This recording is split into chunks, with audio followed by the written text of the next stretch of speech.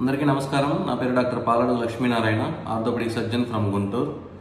మేము రోజు ఆర్థోపెడిక్ ఓపీడీలో చాలామంది బాడీ పెయిన్స్, జాయింట్ పెయిన్స్ అంటే కీళ్ళ నొప్పులతో బాధపడుతూ మా దగ్గరికి వస్తుండడం చూస్తుంటాం. వీళ్ళలో చాలామందికి థైరాయిడ్ సమస్య ఉండటం చూస్తాం. ముఖ్యంగా ఆడవాళ్ళలో ఎక్కువగా చూస్తుంటాం. అసలు ఈ థైరాయిడ్ సమస్యకి ఈ ఎముకల నొప్పులకి కీళ్ళ నొప్పులకి ఏమైనా సంబంధం ఉందా? ఉంటే ఎలా ఈ నొప్పులు వస్తున్నాయి, వచ్చినప్పుడు ఏం చేయాలి, ఈ వివరాలన్నీ ఈరోజు వీడియోలో తెలుసుకుందామండి. కొత్త వాళ్ళు ఎవరైనా ఉంటే please subscribe to our channel Lakshman ortho care.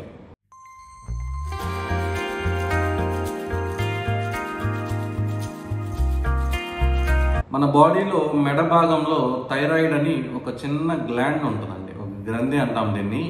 ఇది మన బ్రెయిన్లో పిట్యూటరీ గ్లాండ్ అనే గ్రంథి ఆధీనంలో ఉండి అది పంపిన సిగ్నల్స్ ద్వారా పనిచేస్తుంది.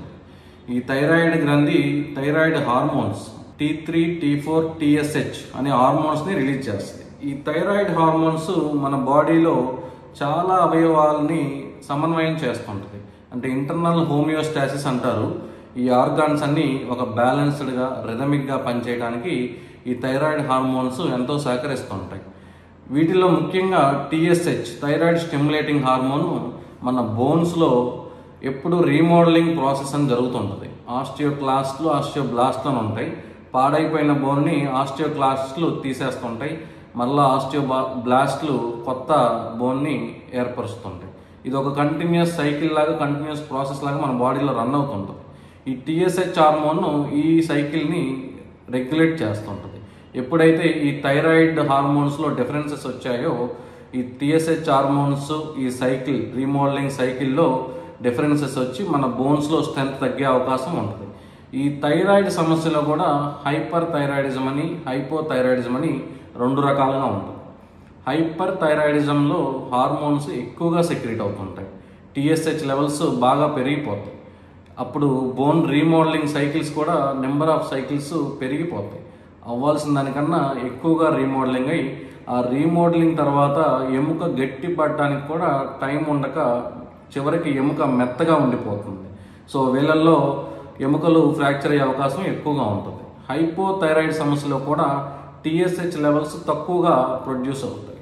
సో అసలు రీమోడలింగ్ అనేది తక్కువగా జరుగుతుంది. దానివల్ల ఎముకలు బలహీనంగా ఏర్పడతాయి.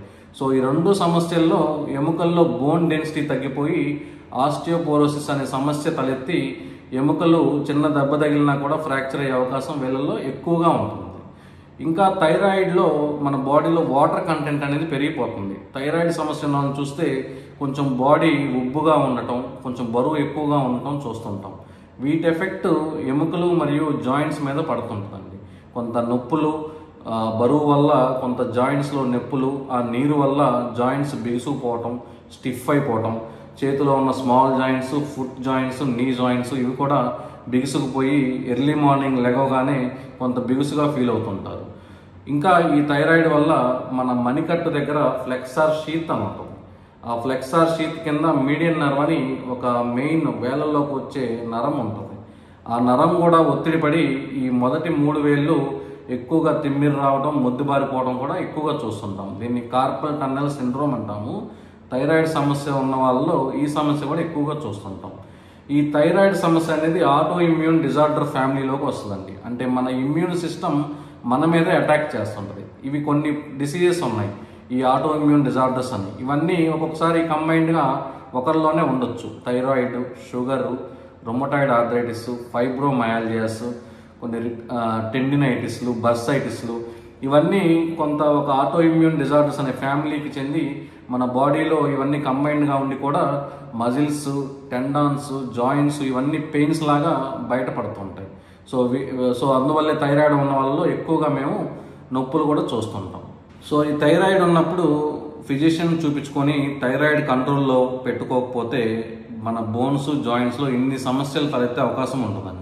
సో థైరాయిడ్ సమస్య ఉన్న వాళ్ళు రెగ్యులర్గా ఆర్థోపెడిక్ డాక్టర్ దగ్గర కూడా చూపించుకొని వాళ్ళ బోన్ డెన్సిటీ ఎలా ఉంది, డెక్సా స్కాన్ తీయించుకొని బోన్ డెన్సిటీ ఎలా ఉంది, బ్లడ్ టెస్టులు చేయించుకొని కాల్షియం, మెగ్నీషియం, ఫాస్ఫరస్ ఇవి ఎలా ఉన్నాయి, వాళ్ళ బోన్స్లో స్ట్రెంత్ బాగానే ఉందా, జాయింట్స్ ఇవి పెయిన్స్ ఉంటే వాటికి ట్రీట్మెంట్ తీసుకోవటం. ఒక్కొక్కసారి థైరాయిడ్ ట్రీట్మెంట్ తీసుకునే వాళ్ళలో కూడా రెగ్యులర్గా చేసుకోకపోతే T4 లెవెల్స్ అనేవి ఎక్కువగా ఉంటే మన బ్రెయిన్కి సిగ్నల్స్ వెళ్ళి TSH లెవెల్స్ అనేవి పడిపోతుంటాయండి. వీళ్ళు చూసుకోకపోతే ఆ TSH లెవెల్స్ పడిపోవడం వల్ల నేను ఇందాక చెప్పినట్టు బోన్స్లో రీమోడలింగ్ సరిగ్గా జరగక బోన్స్ వీక్ అయిపోయి ఆస్టియోపోరోసిస్ తలెత్తే అవకాశం ఉంటుంది. సో థైరాయిడ్ ట్రీట్మెంట్ తీసుకుంటున్నా కూడా రెగ్యులర్గా థైరాయిడ్ పరీక్ష చేయించుకోవడం, బోన్స్ స్ట్రెంత్ అవి చెక్ చేసుకోవడం అనేది చాలా ఇంపార్టెంట్ అండి. కొత్త వాళ్ళు ఎవరైనా ఉంటే please subscribe to our channel Lakshman ortho care. Thank you for listening.